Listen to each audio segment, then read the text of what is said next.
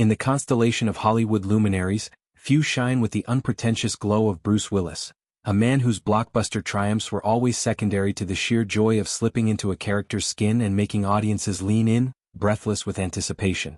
Long before the diagnosis that reshaped his world, Bruce embodied a rare humility, pouring his energy into the act of entertaining rather than fretting over the permanence of his footprint in the sands of fame. Now, as his wife Emma Hemming Willis shares intimate glimpses into the man behind the myth, we are reminded that true stardom lies not in accolades or retrospectives, but in the quiet passion that fuels a lifetime of stories told on screen and savored off it. At 70, Bruce's journey has taken a poignant turn. What started as a diagnosis of aphasia in 2022, a condition that disrupts the brain's language centers, evolved into frontotemporal dementia, a relentless thief of memory, speech, and the subtle behavioral threads that weave our identities. This form of dementia targets the frontal and temporal lobes, eroding the executive functions that govern planning, empathy, and social grace. For an actor whose career was built on razor-sharp dialogue and magnetic presence, the progression has been a cruel irony, stripping away tools that once defined his artistry. Yet even in this dimming light, Bruce's essence persists, a testament to the enduring power of love and legacy in the face of neurological erosion. Emma, 47, offers a window into the pre-diagnosis Bruce with the tenderness of someone who has witnessed both the spotlight's glare and the heart's warmth. Married since 2009 in a sun-soaked ceremony on the Turks and Caicos Islands, their union began in the unlikeliest of places, a Los Angeles gym in 2007, where chance encounters sparked a connection deeper than shared sweat. She paints him not as a brooding icon haunted by his own mythos, but as a perpetual boy at play, someone who never lingered on the rearview mirror of achievements. He never harped on his legacy, she confides, her words carrying the weight of intimate observation. Instead, Bruce was consumed by the now, the thrill of a well-timed quip, the camaraderie of a set wrapped in the golden hour, the electric hum of a crowd's laughter echoing through a theater. His career, spanning over 4 decades, was less a calculated ascent than a joyful ramble through genres, from the wisecracking detective of Moonlighting to the everyman heroes who anchored summer blockbusters. The 1980s marked Bruce's meteoric rise, a decade where television's small screen catapulted him into cinematic firmament.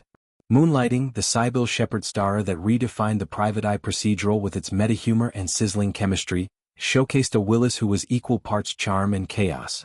Off-screen, his persona was just as magnetic, the blue-collar kid from Penns Grove, New Jersey, who stuttered through childhood only to conquer dialogue-heavy roles with effortless swagger.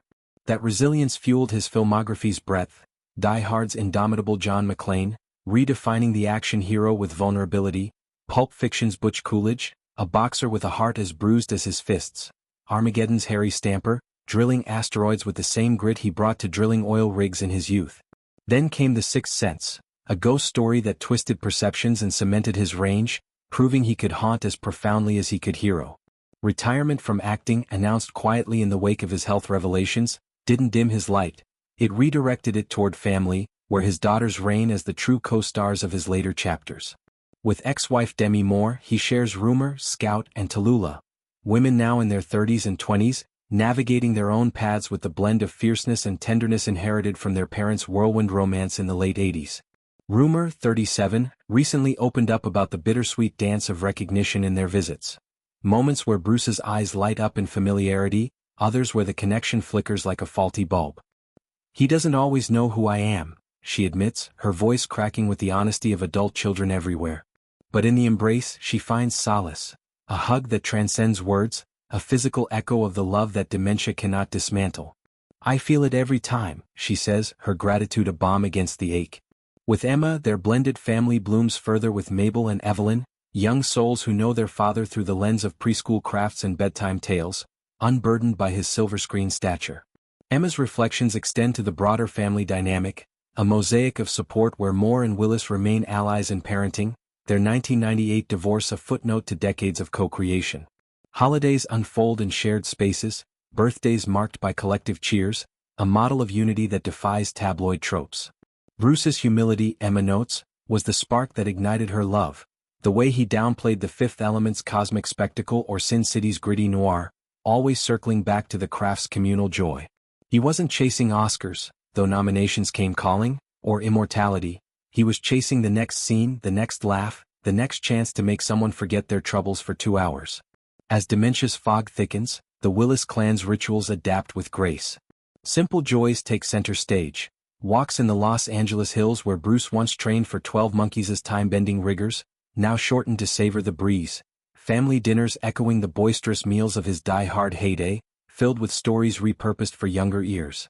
Rumor speaks of hugging him tight, a tactile language that bypasses verbal barriers, while Scout channels her creativity into music and advocacy, honoring her father's unheralded passion for jazz standards crooned in quiet evenings. Tallulah, the youngest with more, navigates her own mental health journey publicly, drawing strength from the vulnerability Bruce modeled long before it was vogue. His openness about therapy in the 90s, an era when macho facades ruled Hollywood. This narrative of quiet endurance invites broader contemplation on aging in the public eye. Bruce's story parallels those of other icons, Robin Williams, whose Lewy body dementia masked comedic genius, or Glenn Campbell strumming through Alzheimer's haze. It underscores the need for destigmatizing cognitive decline, for research funding that matches the glamour of prevention campaigns. Emma's advocacy through platforms like her wellness initiatives amplifies this call, blending personal testimony with actionable hope. Brain-healthy diets rich in omega-3s, mindfulness practices rooted in the yoga Bruce once championed, community programs that keep isolation at bay. Yet, at its core, Bruce's pre-diagnosis ethos endures as the article's heartbeat. A life unburdened by legacy's weight, devoted to the immediacy of art. He wasn't pondering unbreakable superhuman themes in meta terms. He was living them, breaking barriers with every role that humanized the heroic.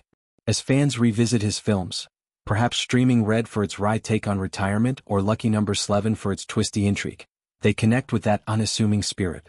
Emma's portrait ensures he remains not a distant star, but a relatable everyman, his legacy etched in the smiles he elicited, the families he helped forge.